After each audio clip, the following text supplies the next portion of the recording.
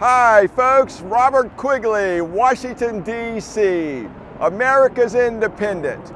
We're on the road to the White House. We're going to win the election in 2024. Folks, over to my left, we have Teddy Roosevelt Island.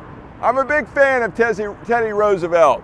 Just behind Teddy Roosevelt over there to the far left, you'll see the steeples at Georgetown University, America's #1 Catholic university.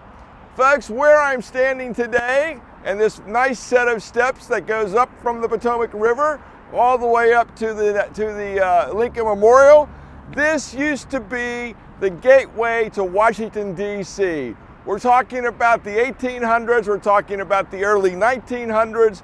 This is the place where the boats would come. They would dock just right there where the Potomac River is.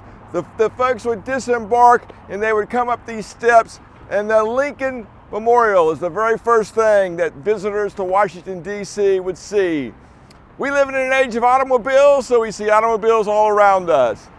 We see airplanes and helicopters flying over our head. But back in the day, this was the real entry point to Washington, D.C. Of course, if you're a historian, you'll know what I'm talking about. But let's pull what lessons we can from this environment.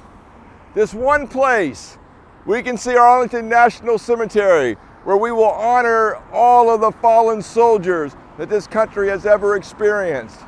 Right across the river, we see Rosslyn, Virginia.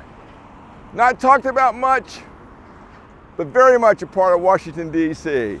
All of those tall office buildings we saw over there, government this office, government that office, government support workers, etc.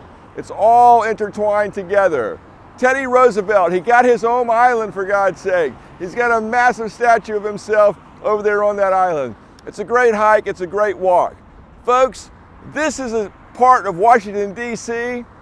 that has in some ways faded in the history, but in other ways is still at the heart of what we do here in the city. And what is it that we do? We remember those that came before us, and we work hard to make the country great for those that will come after us. Until we meet again.